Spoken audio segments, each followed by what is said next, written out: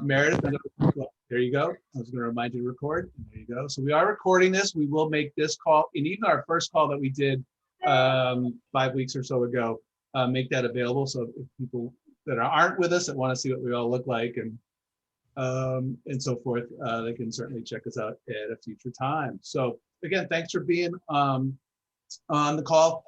The biggest change since our first call, we didn't know that reunion was officially going to be canceled and become a virtual event, unfortunately. I'm sure you guys are all aware of that. I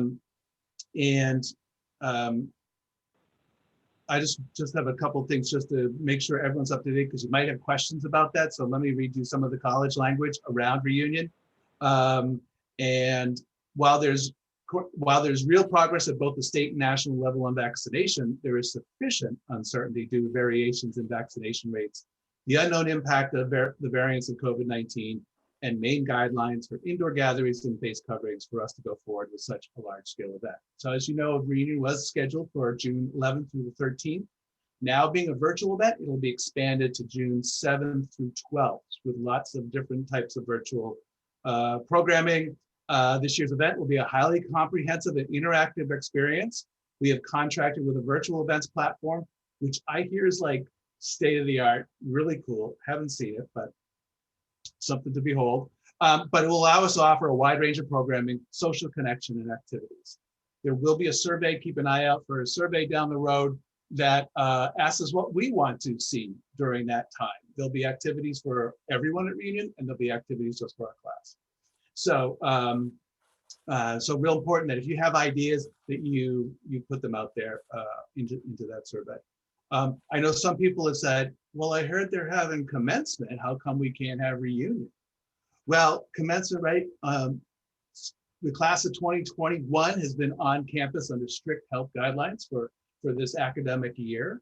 And then correct me if I'm wrong, but I believe I heard commencement is going to be in 2 parts. So half the class in one, half the class in the other, to allow for social distancing, limited family engagement. And then after graduation, residence halls and commons effectively are going to be closed for the summer. So bringing 2,000 people onto campus for reunion is just not feasible at this time. So the college is going to work on trying to find other ways to connect people over the next, next 12 to 18 months. Some people have said, well, can we just go next year? Well, adding 2,000 people next year onto the 2,000 already coming for a reunion is probably just not workable. But, and this is not officially from the college, but I do know anyone can go to any reunion. So if you and a bunch of your friends just want to happen to go to reunion next year, you can certainly sign up. I don't know if you'll get in the dorms, but you can certainly sign up. So I'll just leave that sort of sitting out there. So I will, if you have any other questions about reunion, maybe we can hold those to the end, because I don't want to delay any longer getting to our guest speaker, and want to formally welcome and introduce James Reese, Associate Dean of Students. James, so great to have you on our call with us today. And just to get and a lot of you submitted questions. Thank you for that. We'll try to get to them as best we can. We've consolidated some of the questions that were very similar. I'm sure there'll be some questions that, and we set these to James, so we saw them in advance. But James, we did hold some back just so we could maybe trip you up or surprise you or stump you. But let's get started with the questions. I know we all love to hear what you're doing now, and like to hear what your sort of transition throughout the years has been in terms of what your role is and groups that you've worked with. But first, I'd just be really curious, James, what brought you to Bates in the first place? We all have our reasons why we all started there in fall of '77. What brought you to Bates, and what was attractive to you from a job perspective? Sure, I'll try to keep that short, but it's a long answer. Everything on the table. So I graduated from Middlebury, a lot of you know that. And the person who was doing the housing job at Bates previous to your enrollment for 2 years was a Middlebury grad, a person I knew pretty well. So in my senior year, she called me early one morning. That was back when we had the hallway phones, and someone knocked on my door. It's 8:20 in the morning, said, "You have a phone call?" So I said, "No, I know it's not for me. Nobody calls me that early." And because people knew me well, and you all do too. So they said, "No, your phone." So I go, and she's on the phone, and she says, "Oh, I'm leaving Bates after 2 years. It was a 2-year contract." And she said, "You always ask me so many questions about my job. I thought you might be interested. So are you interested to apply?" So I said, "Oh, yes, I'm very interested." And so um, I applied out of that. She left Bates, went to Brown University, got her PhD in American Studies. I was an American Studies major. I was kind of following her through life. And she went on to become the Associate Dean of the Yale Graduate School. So I tell people that I came here to stay for 2 years, and I decided that I didn't want to be the associate dean of the Yale Graduate School. So I stayed at Bates, because I liked it here. So actually, Dean Kerrigan took over the office and interviewed me. And, he and I got along really well. I have great affection for him. I know most of you do. A few of you got in trouble judicially with him, so you might not have as much affection, but, well, they're not here tonight. Fine. And so after 2 years, he said, "We have this 2-year contract, but would you mind staying a third year?" And I said, "Absolutely." And I added quickly that, especially because of the class of '81. And so, we, fourth year, at the end of the third year, he called me in and said, "Would you stay another year?" I said, "Yes." And then in year number 7, he said, "I know you want," he said, "I know I want you to stay. Just let me know when you want to leave." So, um, so I was here doing housing. I always say to your class, I didn't house all of you. Well, if you actually liked your roommate, I would take the credit for it. But I didn't match you up. That other person did. And and then uh, and then of course some people came in for some room changes that sometimes worked out. I won't name any names, but hi Kathy, Juicy, and and that's not breaking confidentiality. It's just the funniest story ever of Kathy and her roommate coming in, and third person said they're so talkative and outgoing. They came in my office and said nothing as they were talking to me. So I don't think I moved you, did I? Anyway, so long story short, I was doing that in international students and the kind of the residential assistance oversight in partnership with others. In my third year here at Bates, I did those 3 things: housing and also student activities directing. And that was a lot of fun and a lot of time.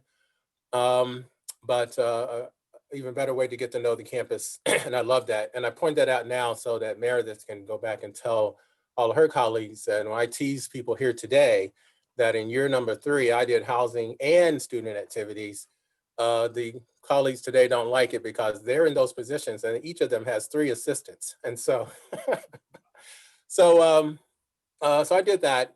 That kind of worked the same way. I stopped doing housing. I did student activities up till just under 1990. Then I moved back into Lane Hall to more general deaning, they called it. Celeste Branham had taken over the Dean of Students role, and she was here until 2004.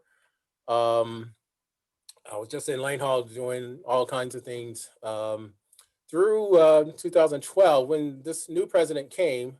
That sounds interesting language, this new president. So when Clayton Spencer arrived, she had visions and still does about changing everything in the school and just kind of reordering structures and the whole bit. So they've done that. So now I'm still in charge of international students and international student programs. We have a new global education office, and we have married international students and study abroad in one office. It happens to be located in Roger Williams Hall. And so I tell people I was sent over to get Roger Williams Hall in order finally, and it's worked well. And so that structure is what it is now. Housing is on one side of the campus. Student activities is now called Campus Life in another part of the campus. And we're all kind of spread out. It's kind of a model that's used at a lot of larger schools. I always liked our everybody involved together model. I always liked the horizontal nature of our administration and oversight here. It's a little bit more vertical now, just to be honest. And so that sums up what I do. And so I'm largely doing international students. You know, and it was when I was here, when you came, there were 27 students on campus. Now we have 150, and we have another 80 or so students who are dual citizens, recent permanent residents, US citizens who have never lived in the United States. And so they all can come under my umbrella, and I thoroughly enjoy, you know, working with all of them there. So that's the long answer to what I do now and what's kind of changed for me. Well, great. Thanks for that. What would you, and you may alluded to it a little bit during that, but thinking about Bates in 1977, thinking about Bates today, what to you, what's been the biggest change? Hmm. Yeah, I saw that question, and that was interesting. And as I go on, I had expected and hoped that soon in this conversation, we make it a conversation because, you know, if you're jumping in to ask questions in the middle of my long monologues, I'm fine with that. I'd love to hear what everybody would say, and I know it's a lot of energy to share tonight among each other. So, one of the things I wanted to talk about in terms of what's different, and this is true at every school, you've all heard that this generation and this generation now could have been, quote, this generation in 2005, you know, Mhm. same deal. There's a more of a sense of entitlement. And, you know, it's a word that if we try not to lend a negative context to, it's just kind of an expectation of, you know, what's there. So when we were all in school, and we were all in school around the same time, we arrived at our campuses, and if something was there, we're like, oh, they're kind of great, you know. We might ask a question about, hey, well, can we get this or that in the near future? I think during your time, there was a question about could we have now it's WRBC, but the radio station WRJR for you, could we have it be stereo? And you know, the administration was like, no. And then they had a meeting over 2 summers, and you know, they put in the stereo tower, you know, very quietly, and then announced to the school, and everyone clapped, and that's how it works. So now students will arrive, and they'll kind of say things like, wow, we only have one artificial turf field. Why don't we have others? And you know, and then the one that drives me nuts, literally, is students arrive here and they'll say things like, "Oh, I hear Middlebury has Ben and Jerry's ice cream, you know, at the Commons, their Commons," and so they're like, "Why don't we have it?" So I got upset with Middlebury. I called over there and said, what's up with this Ben and Jerry's thing? And so what happened was they explained that at Ben and Jerry's factory, they make the vats of ice cream, and then they scoop it all out to the bottom. And then there's the dredge on the bottom. They scoop it up and they sell it to Middlebury. And Middlebury says they have Ben and Jerry's ice cream. so, so the solution for that is we could buy the same dredge. so, and so I'm always trying to think creatively in terms of, I think we might just go over to the faculty and just bring some of it home one day, and we can say we have it. So that's one of the things that's changed. The sense of expectation in terms of facilities and the whole bit, and people kind of pose it, students would pose it in the question of, well, why do we have this, because X school or Y school has that. Now, we don't go lacking for anything here, but, you kind of hear that all the time. Even this past week, a student said to me, how come we don't have an international house and other schools do? Well, I explained that our original mission and origin was an inclusive, collective approach to matters. And so we don't have a lot of houses that a lot of schools have, and we try to exchange and interact in ways. We even have themed houses, but not on a permanent basis, and in ways that has worked for Bates. And then after I give the long answer, they like that. And so that's what's changed. In terms of other things, the facilities have always been strong here. I've always liked that in addition to our exterior of our buildings looking good, the interior of our buildings work.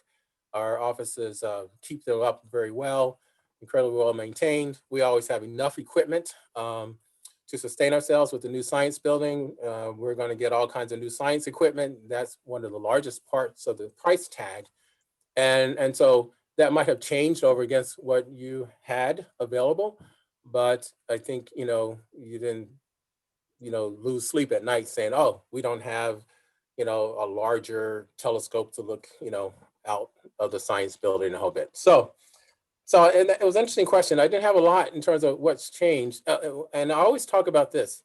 The spirit of the place is the same. People choose to come here for the same reasons that you did. And I guess if that holds up over 40 years or the years before you came or into the future, that's remarkable because people, they know it's a great school and it's a great school academically.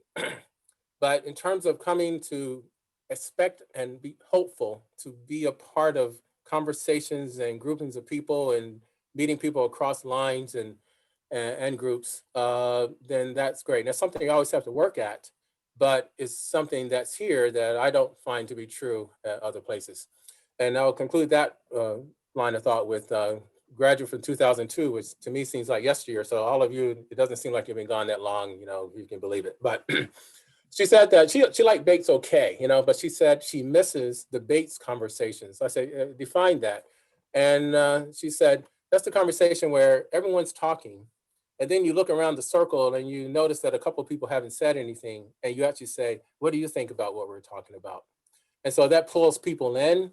And that way of participating and interacting with each other works here, just like if you're walking across campus and you're a visitor, people at Bates will say hello to you, and people have chosen to come here because of the hellos.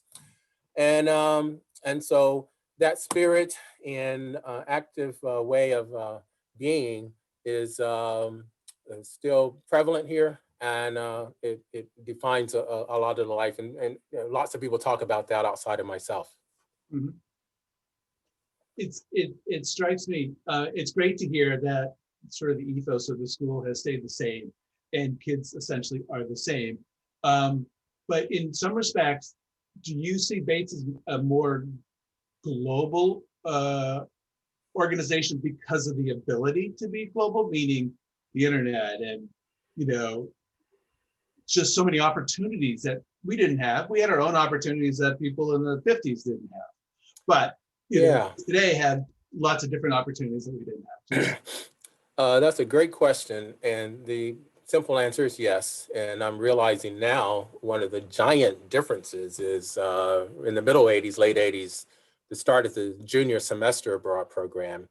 So for 81 class and before and after, it was a year or stay here, a year abroad or stay here. And the study abroad, junior semester abroad program is just taken off at every school.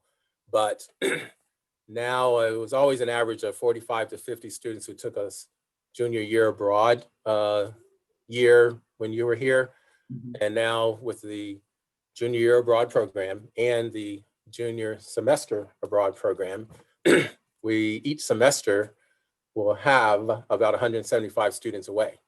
Wow. And so to come to Bates and be a part of the equation, the percentage number of 70% of our students study away at some point of their 4 years, and that includes short-term trips that are still very active, then that fits apart with the global nature.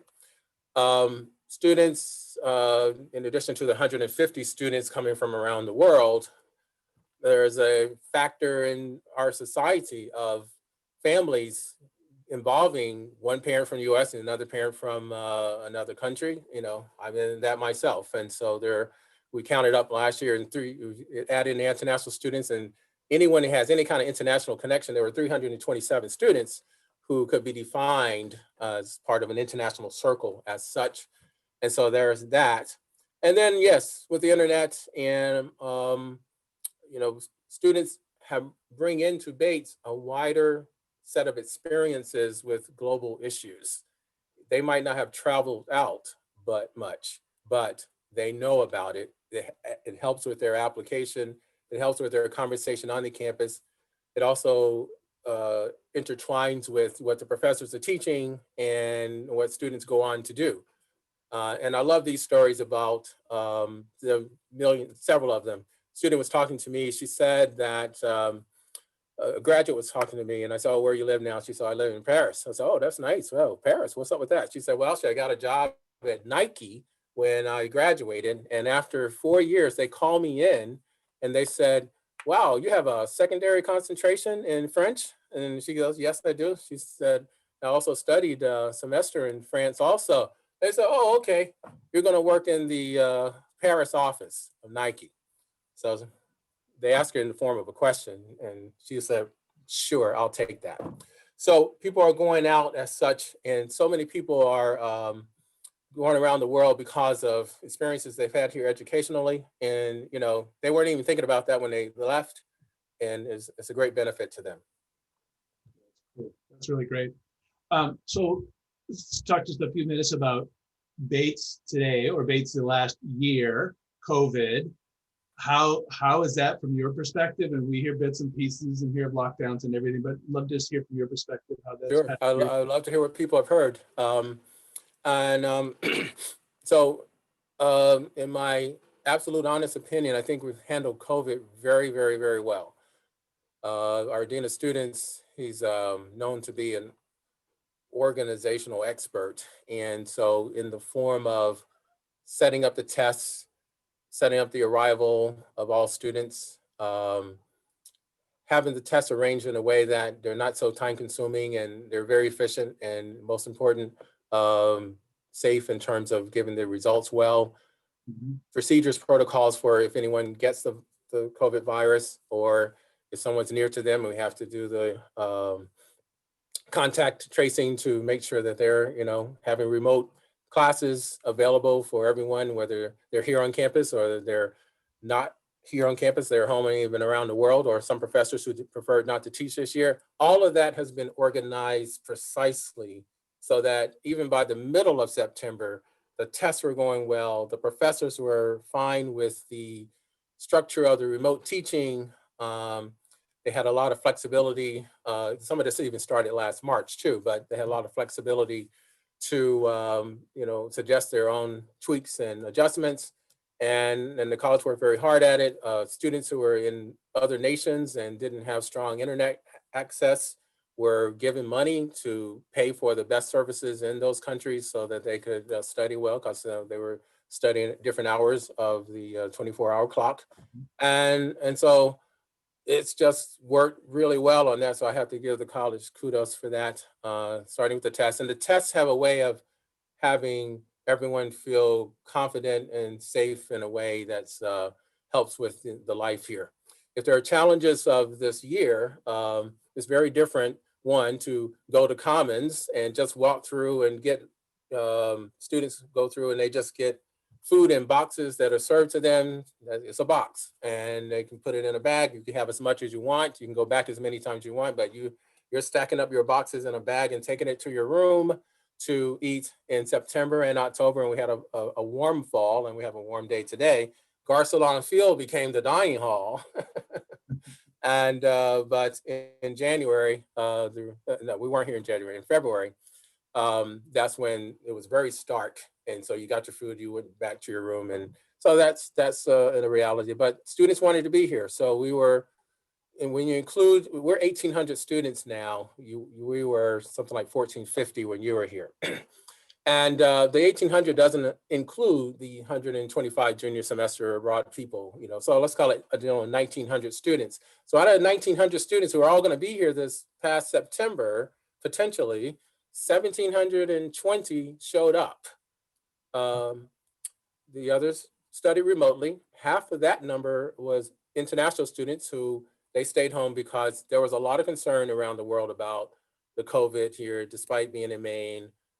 Quite honestly, the government troubles a lot of families in terms of how the US was addressing the COVID situation. But the US students did show up. And this semester, as we started out, a few more students decided to stay home. More international students came back, but a few more Americans went home. I think they figured that they were gonna eat, you know, in their room after walking in the cold, they could just do it at home and just study their classes remotely. And so we have 1,640 students here now. So those two numbers are larger than what we were anticipating last June 1st, hoping for September. I think they were hoping for at least 1,300 students to come to campus, and it had fortunate outcomes. So we haven't had to have layoffs and the whole bit. You know, there are some financial costs to it all, but that's been managed out well. We've used a hotel in town to We thought we were going to be overrun a little bit, in the fall. And then September 1st, we needed it. And then the last part of the challenges is we're in a module system. We did 2 courses for 7 weeks and then 2 more courses the next 7 weeks. So this is not short term with, 2 courses. This is an intense model where the lab courses might meet twice a week. Students can state that they don't have the weekend or Sunday to write up their labs. And so that's one form of the intensity. So this module system, which was put in place so that if in November we had to go home, all of us, for whatever reasons, due to COVID, we would have had 2 courses in our pocket. And one of the questions coming up was what's next year look like? The faculty, was kind of, I would call it, encouraged by the administration to vote in the module system for September, but the students erupted the next day. And the day after that, Biden announced that all the shots would be given out by June or whatever. And so the next day after that, they said, we're going to have another vote about that next Monday. So I think we're going to go back to the semester system. Yeah. In the fall. And I do think Commons will be open. The vaccines will take care of everything. Do you think, is there anything else that's come out of COVID that you think could stick? I saw that. Will some people have the opportunity to do distance learning that just may want to? I don't think that's going to become a permanent option for people, even though I think next fall and next year, for a few students who just don't want to be here, we will make that available. But year after next, I think we'll encourage everyone to be back here. The 2 things for the future I maybe can tangibly touch or state are in the work life. There might be a plan to have people working at Bates work at home a little bit more to their choice if that's to their liking. And yes, there's some expenses that might be saved there. Sure. I'm in the office right now, and I'm pretty sure they turn the heat off at 4 o'clock because I'm the only one here. I ran home, got my sweater. So I think the choice, and a lot of businesses are doing this, looking at, is working home going to be a part of the permanent landscape?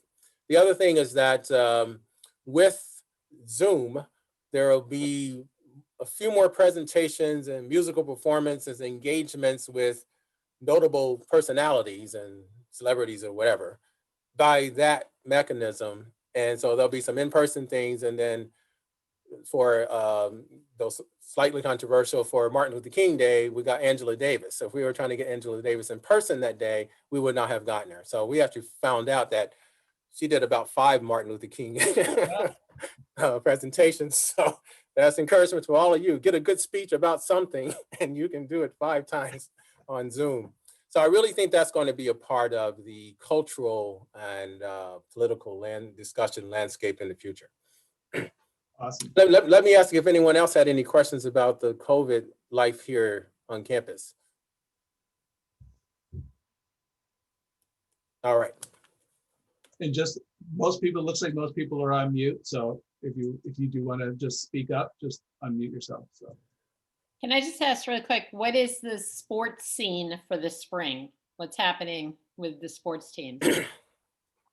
Right. Well, good question. And NESCAC decided that the schools could do spring sports to their liking and accommodation. So this was about 3 weeks ago, and you expect me to know exactly what's going to happen in the various sports. So I see all the teams out today because it's so warm. But what I'm expecting is, of course, in playing Kobe and Bowdoin in sports, there's going to be kind of a state schedule. And so baseball, the lacrosse teams, and maybe even track and field are going to engage in the state. They're not going to try to do the whole NESCAC regular, everyone meet everyone, and then have a playoff at the end of the season. So that's, 2 months ago, we were pretty convinced there would be nothing as far as sports for the spring. There was no, there were no winter sports. And then the women's basketball team and the Kobe team, they was legitimate. They snuck and did 2 games this past weekend. And we were trying to, the men basketball team were trying to get a game up at Colby. And that still might happen. And we really wanted to go up there because Colby just opened up a $200 million athletic facility, with a basketball, it's okay. I'll be honest. It's a box that's all glass, so we wanted to go up there and beat them. So, but they didn't say yes. And then Bowdoin said that they would be willing to play us in men's basketball, but we would play on April the 12th. We didn't figure out why. So it's like, I guess they hadn't been practicing. So there'll be some sports, and that's really important for the seniors because that's incredible. In Division I, people can come back for another year, but you couldn't do that in Division III or in NASCAC. And so I'm glad for the seniors to have a little bit of activity. You mentioned basketball. We did have a question. Do you still play pickup basketball in the gym? And if so, is the quality of play as good as it was when you first came to Bates? Yeah. Let's see. Well, that's a great question for me. So I'll try to keep that one short too. So honestly, I don't play as much as I did. I haven't even played intramurals for about 8 to 10 years. And that's 8 to 10 because I played 10 years ago and then I didn't. And then 2 years later, some guy, he said, I'm going to want you to just show up for our team tonight. We need the help. So I showed up and I was pretty tired at the end of it. So, but I go to the dining hall when it was open and I would talk a lot of, I guess in modern terms, it's a lot of trash, but, a lot of statements of, don't dare me, I might come over there and the whole bit. And then more important, in the dining hall, when I'm shouting in the dining hall, which was a lot of you are surprised to hear that Dean Reese is shouting in the dining hall. Well, it's always one topic. Current students insist that LeBron and his teams could beat the old Celtics and the old Lakers and the old Sixers. And that just drives me crazy. So I start shouting and they start shouting and oh my God, this was a regular occurrence in the dining hall and I can't wait for it to open up again so I can go back in there and take them on. So, so I do a lot of talking about basketball. On the topic of are the players as good? Actually, no, your generation was better. And it lasted that way for about 20 years. And then I could start to tell that in today's world, many of you have children, children, they'll play one sport and not the other. So they might be really good in something, but they're not good at all in something else. And basketball has seen a drop off. So that enabled me to play intramurals into an extended later age. You can help me with this. I'm trying to, I'm not rushing towards retirement. That wasn't one of the questions. Maybe it was one of the secret questions, Craig. And, but I do have a hidden desire to be defined as, and I'll use this very important, informally, as the leading scorer in alumni gym history, So I'll let, Kathy and Sue Dolliner, chat about whether or not that would be appropriate or not. But yeah, I've been here so long. I threw in so many. And when I am in the gym these days, I'm in there with my son. He's actually 15 now, those of you can believe it. So I've used the Bates gym to teach him how to shoot well. And he's actually caught on pretty good. And so every time I do a practice shot with him, that counts for my total. All right. So I love the 1,000-point board over there. It's expanding each year. But, I might be the leading scorer in Bates alumni gym history. And I think we would all be very happy to informally support that. All right. That's why I love 81. Exactly. Let me open up. Who else has questions for James? Yeah, I'll jump in here, Craig. James, nice to know another parent in the group has a 15-year-old son. Yeah. I did have a question back to COVID. I was wondering, how did the COVID experience impact admissions to Bates? Yeah. Great question. So in one sweeping sense, it affected all the admissions offices the same way because virtually no campuses were doing the tours and the whole bit. So everyone wondered on the front end, what are we going to lose? What momentum are we going to lose in terms of showing and sharing our way to everyone, and with the tours, which are so important, and have so many people come here and fall in love with the place? Will it be damaging not to have it? So fortunately, it hasn't. And I think because in so many aspects of COVID, we all have had to adjust and just go with it. And so some things are not, have not been as affected as we might have assumed on the front. I don't even have any good examples now, even though I have lots of examples of, what we've all experienced in terms of, I guess today's Tuesday. I have no idea what day of the week it is. Okay. And those kinds of things. But admissions has found that the level of inquiries have sustained themselves. We haven't had a drop off in the number of applications.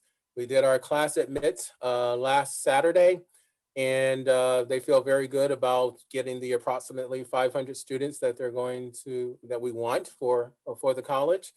Last spring and last fall opened up right on target. It's been remarkable, almost in a way that if you were to mathematically research and define, what might happen and do all the algorithms and the whole bit, if someone painted a picture of that nothing will change and everything will be just fine, nobody would believe that, but that's what has happened. And so I've heard first year students talk about they would try to absorb the website even more fully. Working with the international students, most of whom come here sight unseen, they say, I can extract certain things out of the website, and that's why I wanted to come here. And so that's the answer to the admissions story. And admissions doesn't want to have another year like this, but so far so good. And of course, on May 1st, we'll have our real answer, but they haven't been worried, and they're saying the signs look good. So internet, word of mouth, conversations, maybe there was more conversations between grads and prospective students, this year. The Zoom life has became a regular life for the candidates. I guess young people, they don't mind being on the screen and, and have adjusted as we have. So that's the answer. We've been very fortunate, and we're pretty excited about the class coming in. That was a great question, John. Anybody else?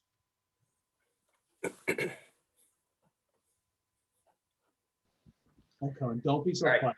All right, I got one for you, James. So I'm just curious your take, just how typical, I don't want to say, how things are graded nowadays. I had a couple of years ago, I was up there. It was just before finals, the second semester, and I was catching up with Coach Fresh, and I was asking him because all the kids are out there doing their workouts, spending quite a bit of time. And I asked him, I said, don't they have to study? And he said it's different than when we were there. They don't have no blue books, the 3-hour finals. It seems like it's more projects.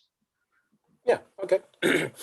That's true. I was, excuse me. So for the module that we're in now, the exams are next week on Thursday and Friday only, just 2 days. And I said to a student yesterday, I said, back in the day, every student had 4 exams, sit-down exams. And if you didn't, you had at least 3. And the student immediately said, well, I don't have any sit-downs next week. I just have one long project and one long take-home paper. So take-home exams are the way of the world, the Bates world now, I think, including everywhere. If it's true that there are sit-down exams, they tend to be the professors who were here in the 80s and 90s, and the professors will identify that they want to give the opportunity for the student to show what they know through written take-home exams. And so our language of the day was take-home exams, with an open book, or almost like an open book exam. And so that absolutely is the regular way. And so students are so accustomed to it. It's not that they find it strange to have sit down exams, but I actually prefer sit down exams. I just like to get it done and show what I knew. But if you ask the question to students now, what do you prefer, take home exams or sit down exams? Most of them, about 75% or more, will say take home exams. And, that's what they kind of like. I think that's what they're most accustomed to.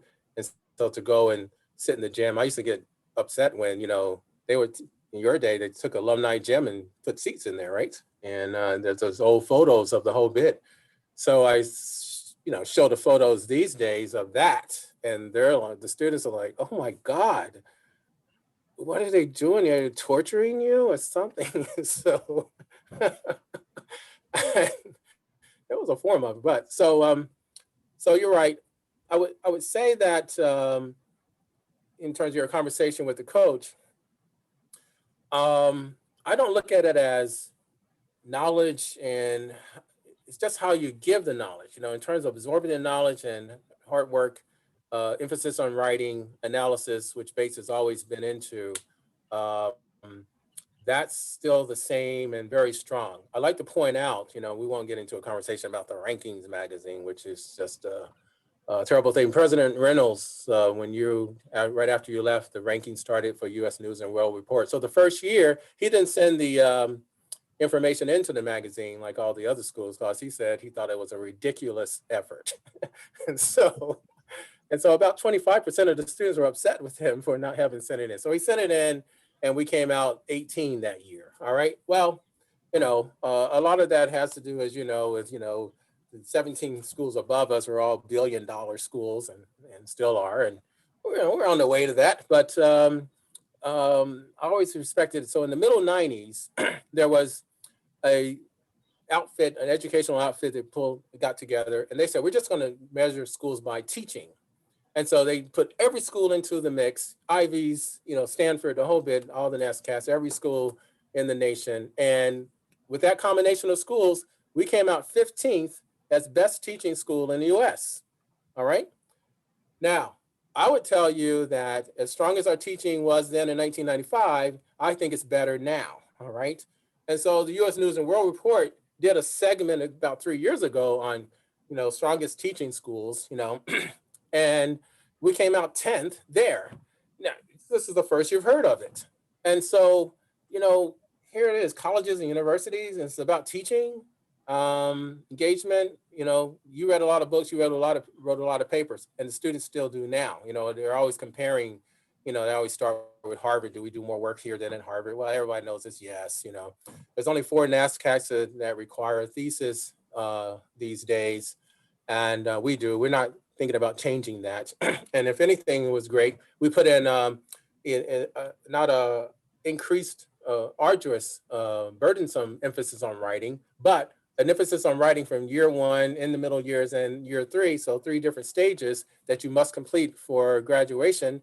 And that works. People can write well coming out of here. I have a lot of stories. I was at a reception in Boston, and 2 stories about writing. I was at a reception in Boston, and the organizers of the reception for the Watson Fellowship, okay, we had a recipient that year.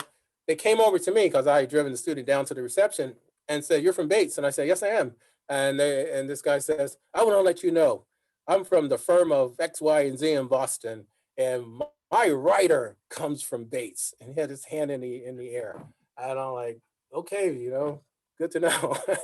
And the other story was person was working for a firm as a grant writer, and went to the Rockefeller Foundation for a reception because that little company got $4 million grant from the Rockefeller Foundation. And I said, well, I know that the president of the companies, you go get the money and all that. Why did you go? The Rockefeller Foundation is a Bates grad. Rockefeller Foundation said, when you come down to get the money for the grant, can you bring the person who wrote the proposal? So You should all go into your companies now and say, I want to write up the next proposal. I'll make it good. So, Dave Donlin, I see you. Great, have a thank you. question. Yeah, actually, you answered my question. I was going to ask about whether you required the thesis now, because that was probably the most painful, but in retrospect, most beneficial experience I had at academically at Bates. So it's good that you're maintaining that tradition. Is it? I mean, I know some things don't require it, right? But has it increased or decreased the number of disciplines that require a thesis? oh, well, every discipline requires a thesis or a senior project. And Okay. so a senior project simply is in math or some of the sciences, and it was really a project with a write-up over against a thesis, but it's the same expectation of effort and a requirement for the writing three component of the general education requirements. So that's all the same. You know, it's true good. that the English department is larger than it was in your day, just by virtue of numbers. Biology is larger, so they'll have English thesis seminar where you take the class each week and you kind of get the structures in place, but you are writing your thesis, and it's of the equal high demand as writing individual thesis in any other department. And in the English seminar and in the individual departments, you meet once a week with your thesis advisor, as you recall. And so everyone graduates Bates, you know, a sweeping statement, everyone graduates saying, yeah, we should keep that. And actually, as the years go by, people will always return and say that experience, especially the one-on-one conversations, and then shifting from all the reading to all the writing and getting it done was one of the most important components of their education. So over time, including now, the thesis is articulated that way. And I like that. One thing that's not true for you or the students these days, I like to talk to these graduates from the 60s and 50s as they have come through for their 50th reunions in recent years. And they all had to take public speaking. And they all say the same thing. I took public speaking. I hated it. It was the best course I took at Bates College. And so I've actually gone on to, you know, it sounds a little burdensome. I've actually taught to the faculty about not requiring public speaking, but a lot of the departments and classes will have these oral presentation panels that, you know, at the end, and if they were to formalize that a little bit more and emphasize, you know, public speaking and a whole bit within it, I think that would be in the whole, in the spirit of Bates, and because those graduates talk about how incredible that experience was for them, then why not have everything? We have that speaking component, we have the thesis component, we have everything else. And the faculty is not at all thinking of getting rid of the thesis requirement for any single department at Bates. Yeah, that's good. In fact, the geology department, which is what I majored in, we actually had to defend our thesis in front of a panel, and as painful as it was, it's definitely is. I couldn't agree with you more about having that public speaking as a component. Yeah, seems like yesterday you did that, right, David? Oh yeah, Yeah, the memory is still there. You would love to do it again, right? Yeah, sure. It's funny, you know, you do a lot of speaking and it comes naturally now. Back then it was so hard. I understand. I don't do geology anymore, but it was fun at the time.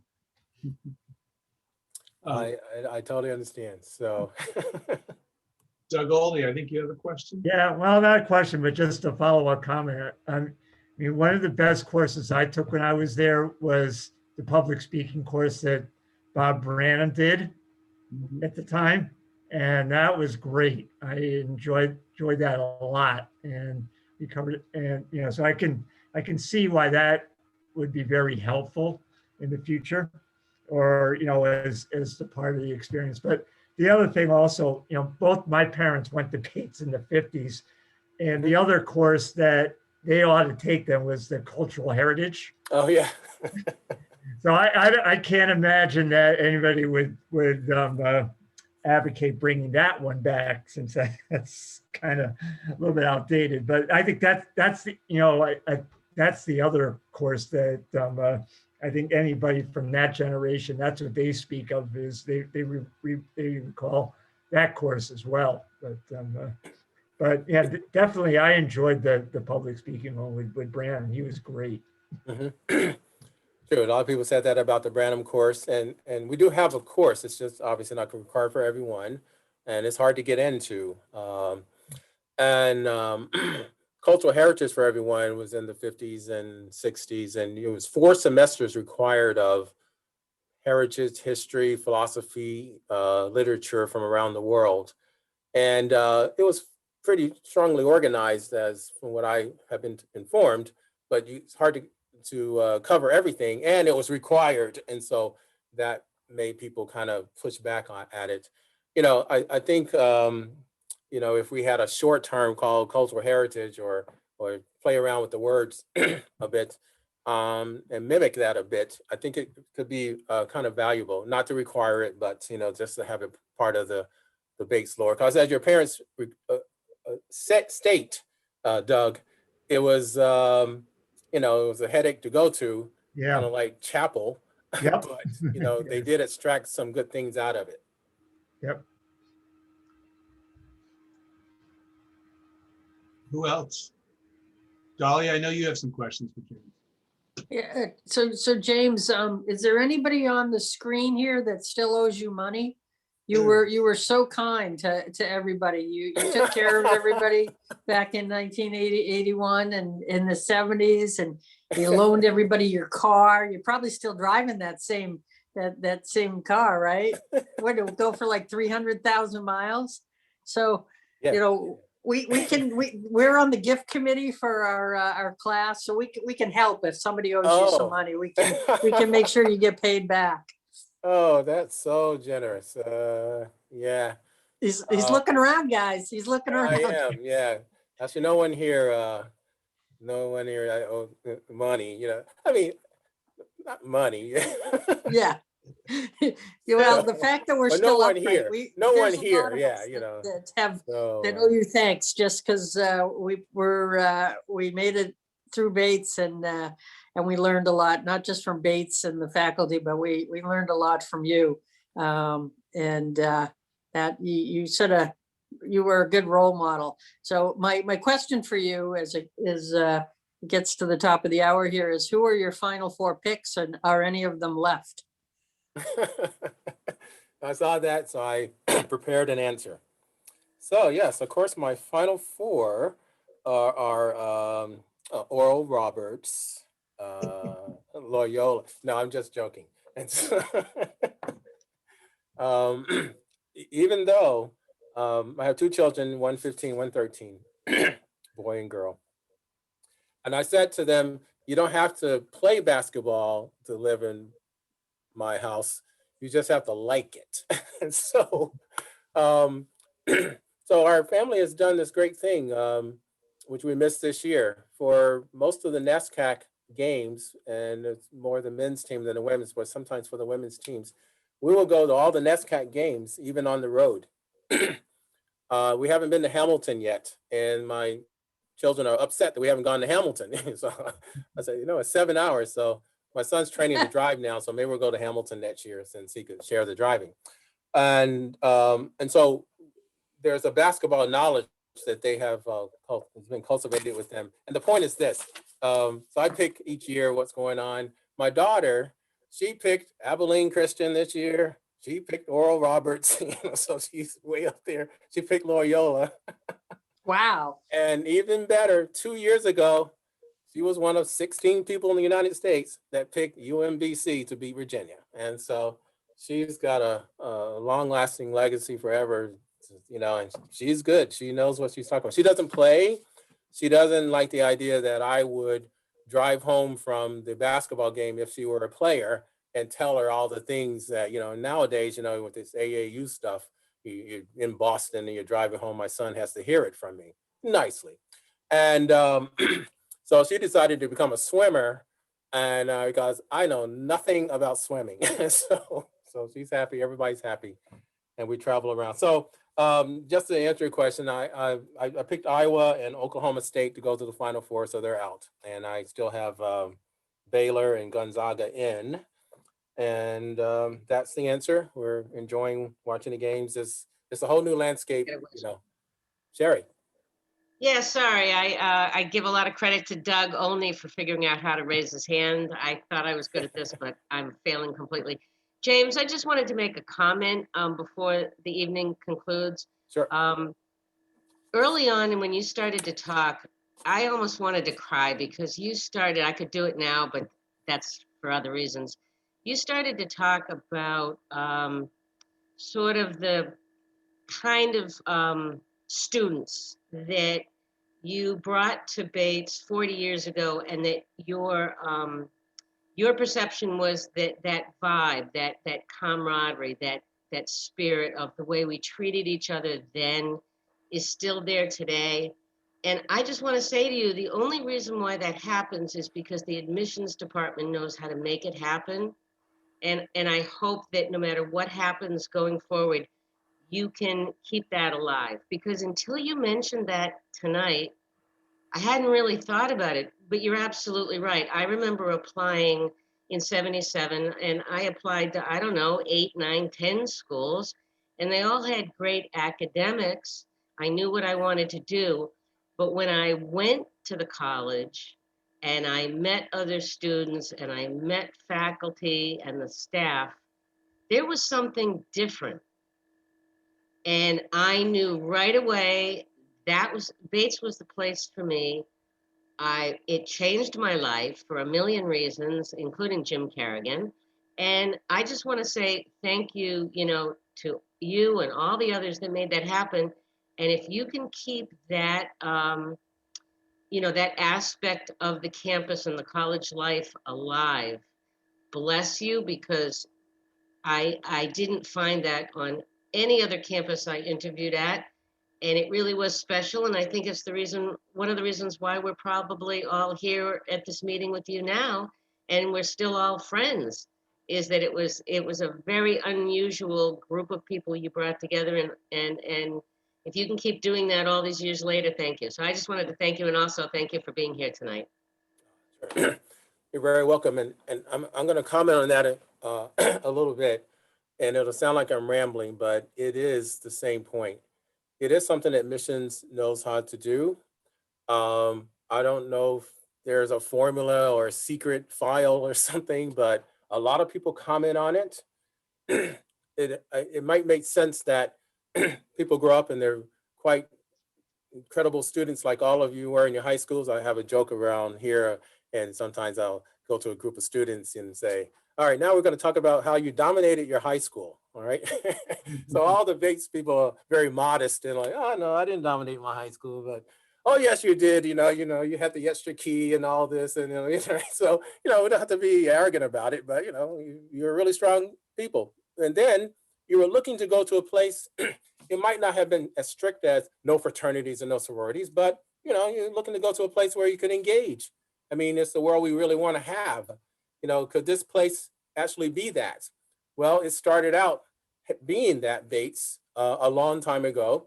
And as you were coming in 81 and people coming now, how the founder founded the school might not, be something you can touch or care about or talk about much, but there's something here that I even pick up from the 40s grads when they were around and the 50s grads, and then today's student who people say, yeah, I kind of wanted to go to Bates. So a few anecdotal stories, just a few. One of the international students said that, he could read between the lines, and this was the place he wanted to come. And he had applied to other schools, and he had also applied to Yale. And so every 2 years, I could send it to you now, a student gets into Bates from another country and they say, I got into Bates and I got into Yale. I really want to go to Bates, but everyone here, wherever here is, says I have to go to Yale, And can you tell me more about Bates so I can tell my family or my community about, So I have a template letter that I just push the button on and send it with all kinds of wonderful things about Bates, and they always go to Yale. Now, 3 years ago, we finally beat Yale. I was so happy. We had beaten all the other Ivies, all right? And we finally beat Yale, somebody choosing to come here rather than go to Yale, and that was super. The anecdotal story is one guy said, he said, I was so glad I didn't go. I was so glad I did not get into Yale because I really wanted to go to Bates. So he came to Bates because he wanted to be a part of this community. He did everything here. He was from one of the African nations, you know. I get the stereotype. He came here, he became an ice skater, right?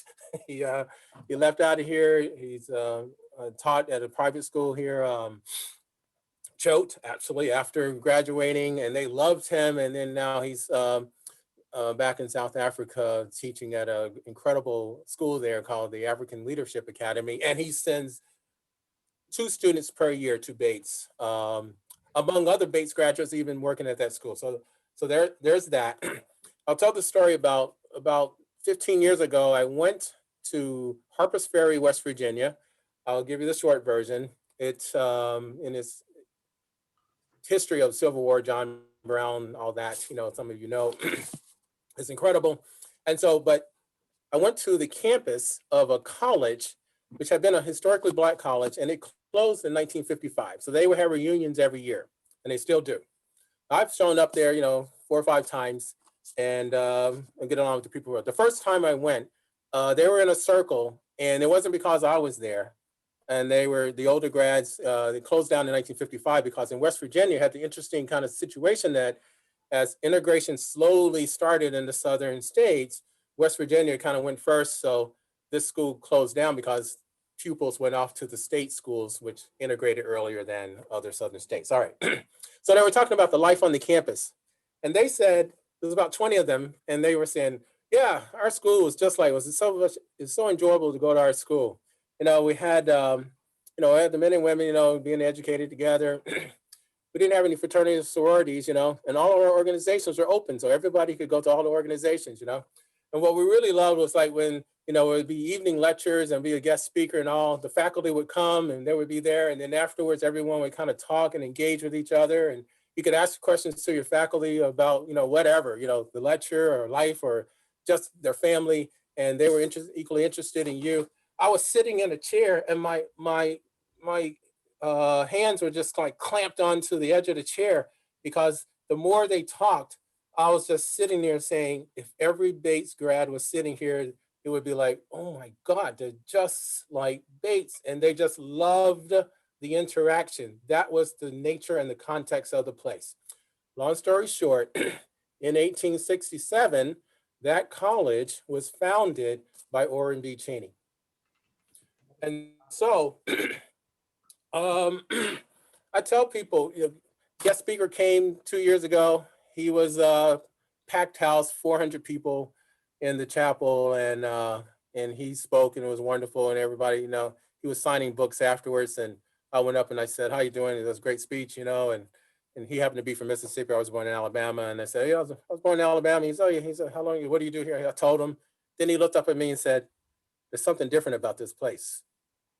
And he said, you know, he said, I could feel it. You know, in fact, he got up that night, he had a speech, and he didn't tell the audience there's something different about this place, but he told me later, he said, I changed my speech and I just spoke extemporaneously because I just wanted to tell you what I really wanted to say. And it was a whole, you know, sharing context about our society and the whole bit and what we need to do. All of it. And so we can all tell stories like that. And the students come here now and they pick to come here, you know, because of that. I think we should even make more of it. And so Jerry and everyone, I know that a part, you know, it might not have been an active part of your decision to come, but it was a part of your decision to come. This thing about, oh, up at Bates, you know, the guys. And lastly, anecdotally, when I was in college, and even before that, friend called up and asked me if I wanted to apply. All right. I was a senior and I played basketball, you know, so that other graduate working at Bates invited a group of students from Middlebury to come up for the weekend to one of these big weekends where it's the big party, like, you know, Triad and Halloween and Winter Carnival, and now we have the gala. We have a new event called Lost Valley Night, which is a nice addition to the calendar. Everyone goes to Lost Valley. There's not only free skiing, but music and free food and the whole bit. I'll tell you about it next year. You can come up, okay? And so this group of friends came back to me at Middlebury and they said to me, wow, you would really like that school. And I said, what do you mean? And they said, well, it has a different history and there's a community there that, you know, it's not over here. And, you know, there's a whole lot of interaction, you know, cultures kind of blend more. And they said, you would really like it. And so I was really struck by that. And so I got the opportunity to come here and avail myself of it. I wasn't even thinking of that actively when I applied. You know, I applied, I got the job, I was wonderful, Dean Kerrigan was great, all that. And so the last anecdotal story will probably come out in this form. I got here, and I had the job. I'm here on the second day of the job, and one of my colleagues says to me, one of my colleagues, had to be Brian Fitzgerald, so you guys remember him. He was in charge of student activities. He says, do you know that Benjamin Mays attended Bates College? And, you know, we didn't have internet and all that. I read as much as I could about Bates, but I didn't know that. So I looked at Brian Fitzgerald just like this when he said that. I just turned my head. I was like, Benjamin Mays, the president of Morehouse, went to Bates? Now, I'm from the South. I know Benjamin Mays. You know, I just never thought that, you know, he was educated outside the South, you know? And then I thought about it and I said, you know, Brian Fitzgerald just couldn't make that up on his feet all of a sudden. It must be true. So then I investigated, did Benjamin Mays go to Bates? And yes, he did. And a whole lot of other people. And based upon a principle that Cheney put into place of having everyone go to school together, poor Maine farmers' children, women and men, African Americans. You might know that the presence of African Americans was controversial on a college campus back then. And the presence of women at Bates was even more controversial. Cheney's vision was actually so far ahead that I don't think we all comprehend what he was about. And I'm not sure people did then or now. And he had this great line about what he was trying to do. He said he wanted Bates to be the college for coming times. So all of that permeates through our existence here. And when I've met, you know, graduates from a long time ago, and I always made a point to talk to the older grads, you know, it was there. And now, today it comes to me in the form of parents. Parents arrive here and a lot of times they're parents of color and they'll look at me on the first day and I look at them and they look back at me and they'll say, I read about this school. And I say, yep. And they're like, is it true? I say, oh yeah, it's true, you know? And so they just love the idea that a place would be defined and have a context, tangible and ongoing, that's going to validate everyone. And that's what we all need to try to do every day we work here. And I actually think that's more important for Bates to do than to sit around, and this is a complaint, you know, trying to say, how do we compare with the other schools? And I don't know if we're comparing because they're great schools, and they are, or we're comparing because they're on the US News and World Report magazine that didn't exist when you were here. I liked it when you were here because in your day, every school thought they were number one and every other school thought they were number two. And so it was better that way. So there we go. I could go on and on about it, but I'm glad to share that thing about a little bit of Cheney and the spirit of the place and admissions. That's right. Even if they're doing it by accident, it's working. And every year students leave out of here saying, I don't know what it is, but the best people just come here. And I was just so glad to have known these people during my 4 years. And it goes on and on and on. Everyone here, all the graduates classes talk about how they have their friend enclaves that get together and the whole bit. We have a lot of graduates who are sending people up here now. I'll stop there because I'll keep talking until midnight. and that's all right. I mean, technically our call goes to 7:30. So, and I know some people have to leave, and that's great. I'm glad you've been here. But other questions? Anyone have another question? Dean Reese, is there anybody there that's been there as long as you have? Do you know anybody there that's been there as long as you have? Yes. By the way, I was part of your first, what they used to call it, the mentoring, what do they call the guidance counselor? I was older than you and you were my guidance counselor. So I didn't know what you were guiding me on. we're gonna keep it all confidential, Brian, and you know. There's a lot of history there, Dean Reese. I hope you know that. I realize on Yes, this I do. call that I was keeping quiet here for a while, but there's some stories out there that I really don't think that you really want to get out in the public domain.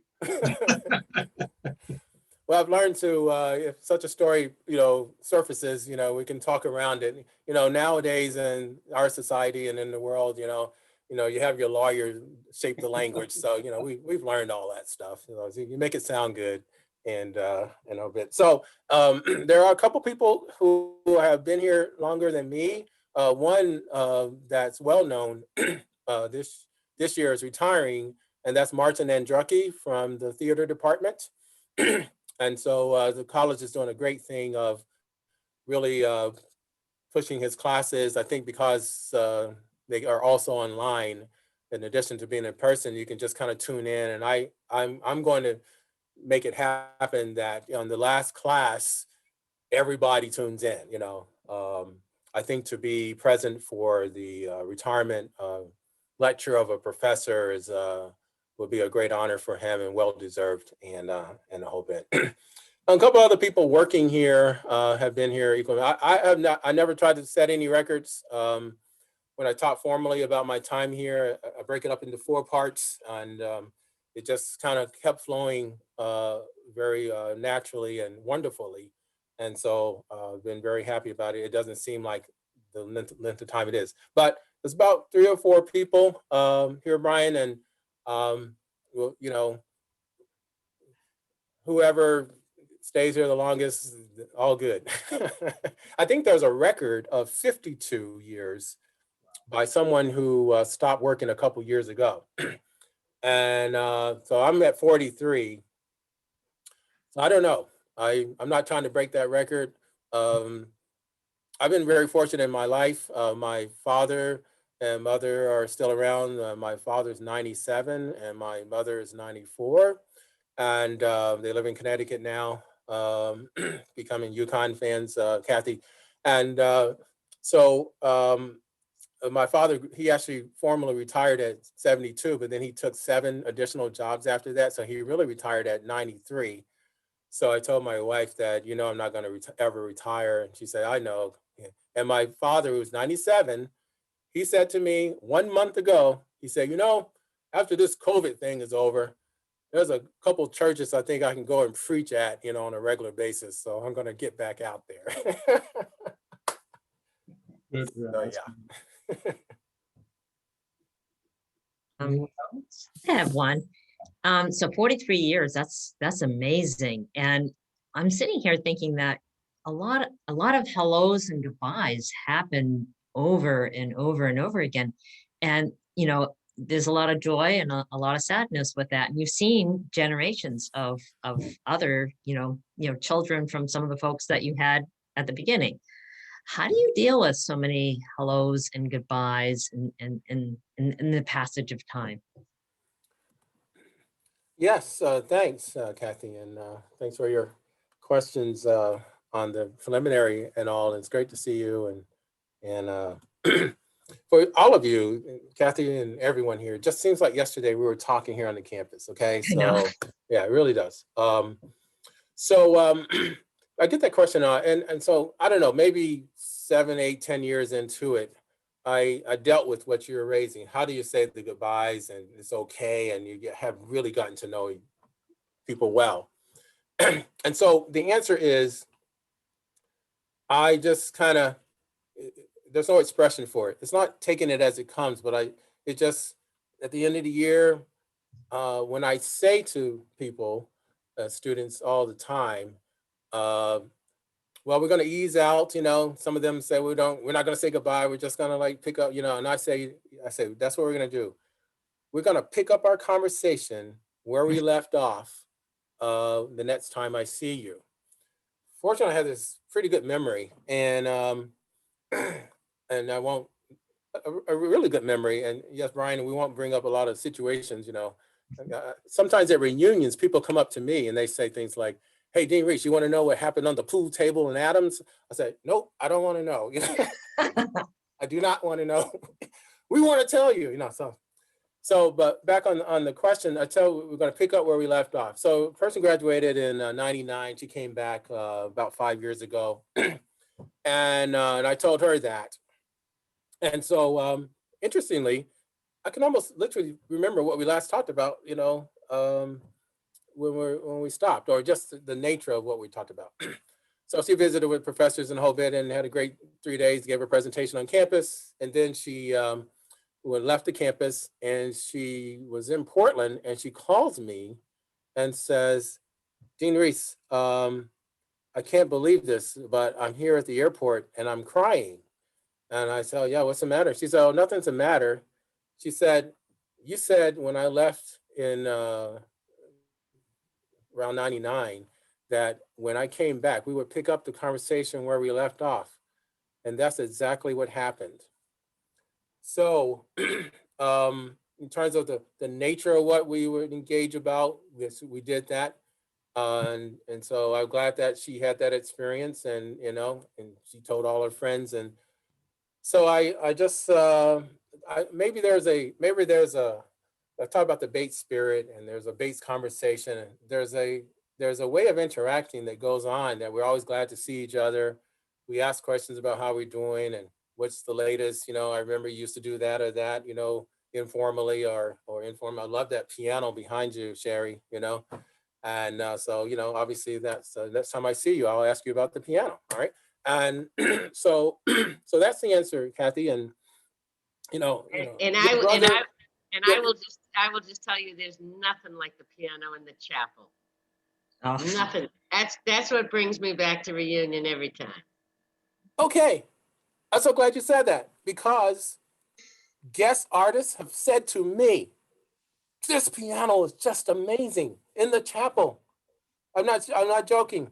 And so my wife plays piano, and she knows the story. So I like to brag about our piano, and the piano in Olin gets equal. I said this to Professor Scott years ago before she retired. So our pianos get such praise from the visiting artists. And one artist from one band, we were trying to shut the light off and go home, and she went back in there. She just kept playing. She said, oh, this piano is so good. It was just, it was such a moment. I just let her stay there. So I'm glad you said that. So such things just permeate our environment and landscape here. And so I'm so glad you said that, Sherry. And so it blends with what we're talking about, Kathy. And there's a joke your brother told me. Here it comes. It's not the funniest joke, but I use this expression. So Kathy, you're from your hometown. It's Greenville. Sorry? Greenville. Greenville, exactly. And so, and COVID, can't remember. So Greenville. And so we were playing basketball, and something odd happened, and everybody argued. And then we decided to go on. We weren't in agreement whether it was a foul or not. And then you'll get this.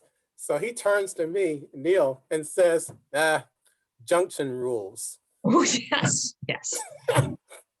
Which means in the great metropolis of Greenville, right across from it is Greenville Junction. And so in the little rivalry between the two communities, if something is uncertain or unusual or just plain odd or weird, you label it as junction rules. Yes, you do. Yeah. So I learned to use that expression with in life, and with Neil, and with the two daughters who've been through here and a whole bit, So it's an engagement, that and when so unfortunate everyone can't do the reunion this year. And yes, if you all come up next year and engage somewhere around, that would be good. Maybe you should do that. I've actually said to, where's Meredith? Don't listen to this, Meredith. We should do a reunion for every class every 3 years. People really want to see each other, And so now, like how people have figured out, if it's a reunion weekend and it's, Friday, Saturday, Sunday, now just take Thursday off and get up here early on Friday and do the whole thing. Sunday is not really doesn't really count. And people just can't stop talking to each other. There's no sleep that weekend. And then the engagement is just, so that's a long answer to your question, Kathy, but we just pick up where we left off. And Well, I am very impressed with not only your memory, but also all your kind words that you share with everyone. So thank you.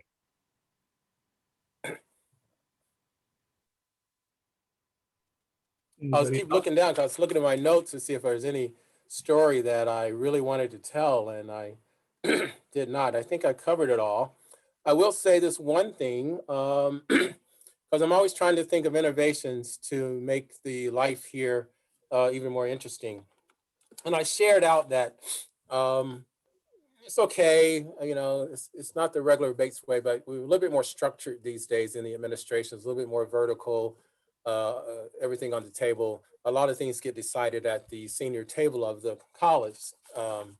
And whereas Reynolds was here, he had a way of proceeding where everyone's office made the decisions. You reported it up to him, and he would, you know, review it. And if he didn't like something about it, he'd say so. And if he liked it, he'd say, hey, great, go ahead. So I'm not talking about any, that's a better model, more perfect model, but now it actually feels a little bit more bureaucratic and all that. And I'm not sure why I got into that, but anyway, I wanted to share out how, and what I believe in, and I think all of you, is that if there's gonna be a conversation, so even when the faculty voted a couple of weeks last month to have the module system in the fall, the students got upset. And what they said was, we weren't consulted, all right? I was really impressed with Dean Carrigan, and every time we were talking about something that we are gonna put out there to the campus, he would go, oh, I gotta get some students involved, you know, and get them on the committee, you know, in his, you know, energetic, frenetic way.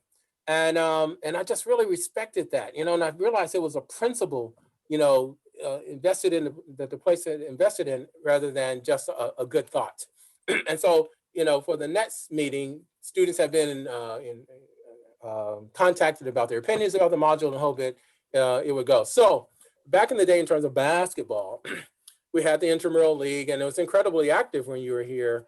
A, B, and C leagues, you know. I wish we had figured out a way to put the C league games on closed circuit college television. I think everyone would love them. They were that interesting. And Bates was the only school in the nation where it was normal to say this: oh, I have an intramural game tonight. Oh yeah, what time is it? 11 o'clock. Oh, okay. 11 o'clock intramural games. Right. And so now this has changed. Back in the day, if you lived in a residence or a house, you had to play on your residence's team or your group of houses team, right? And we had this faculty team, right? It was a faculty team. I don't think any faculty members were on it, but anyway. And we came back every year. We were like the old Russians basketball team. Same people showed up, you know, every year, and you know, we knew each other, and we did well. And so what I noticed was that at the beginning of the year, because the members of the houses or the members of a dorm, and Adams or Smith or Page, had to get to know each other, they took a while for their team to gel and to play well. And, you know, and then by the end of the season, teams that were no good at the beginning were just doing incredibly at the end, you know, and the whole bit.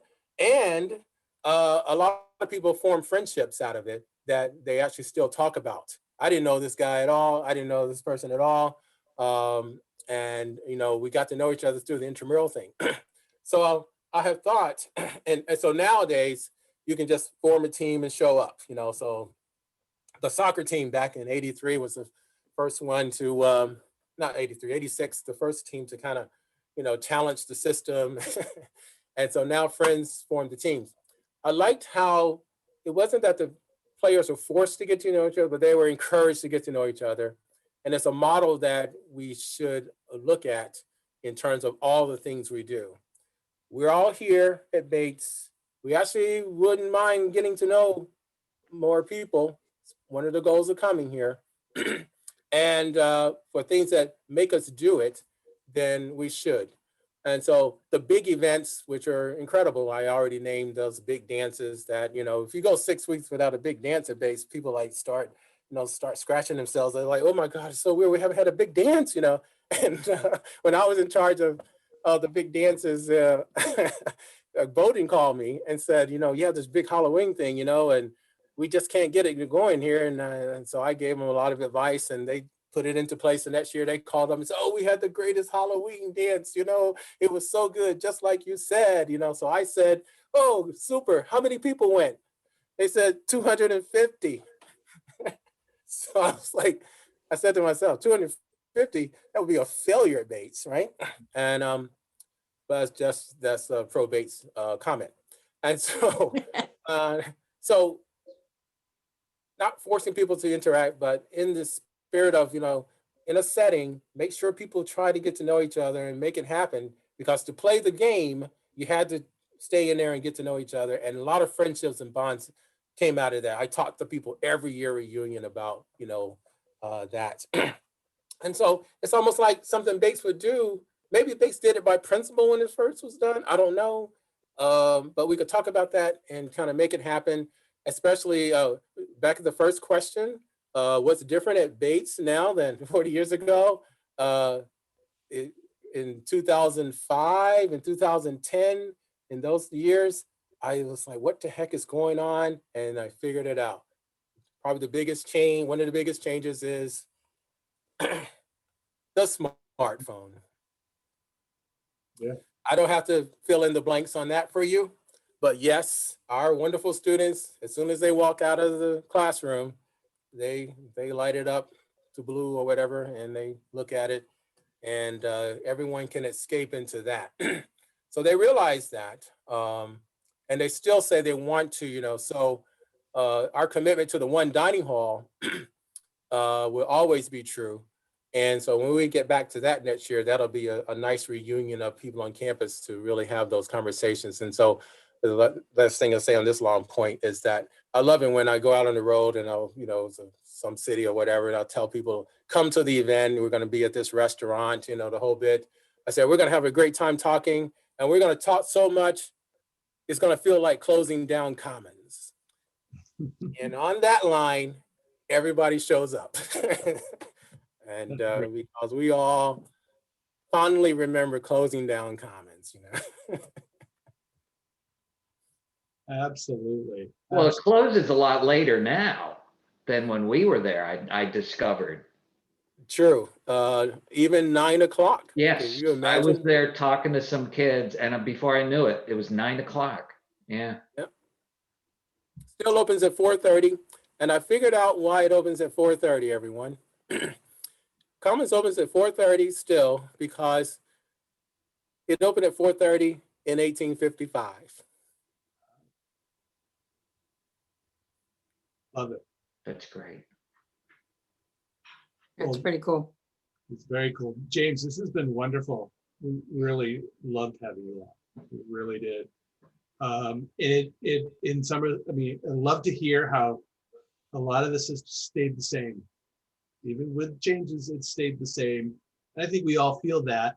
I think, you know, some of us have had like Bates students come shadow us at work, and you meet someone for a week and you're like, wow, that's just, I remember that, you know, it reminds me of so-and-so.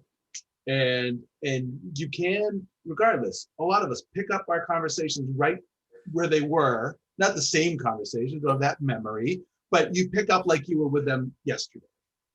Or you pick up a conversation with somebody, and I know there's some on this call that I don't even know if we spoke during our 4 years, but we've gotten to know each other at reunions or other things since, and it's just like we always do each other type of thing.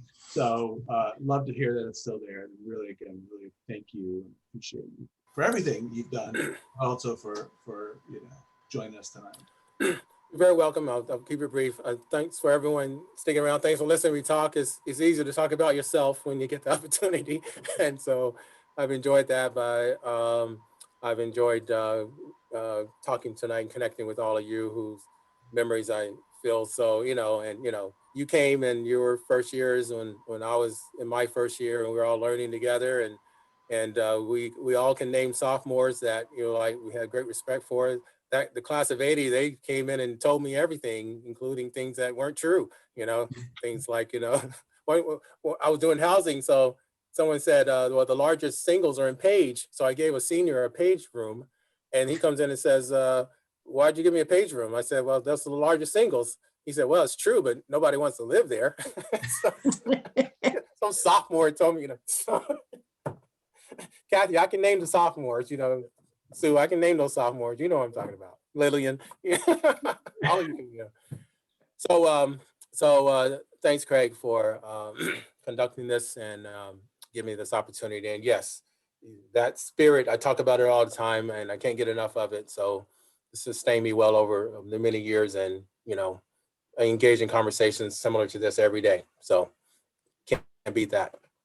Love it. Love it. Well, I know we're all immensely proud of our educations and our time and our friendships, and it's great to see it still going. And whenever we do get back for a reunion, you need to still be there so we can all see you. So, and I don't see you going anywhere, right? So, all right. We'll see. We'll ease on down the road and see you down there. Sure. It's another time. This has been a treat. Thank you, James. All right. Good to see everyone here. Thanks, James. Thank you, Great James. to see Bye. everyone. Thank you. Thank you so much.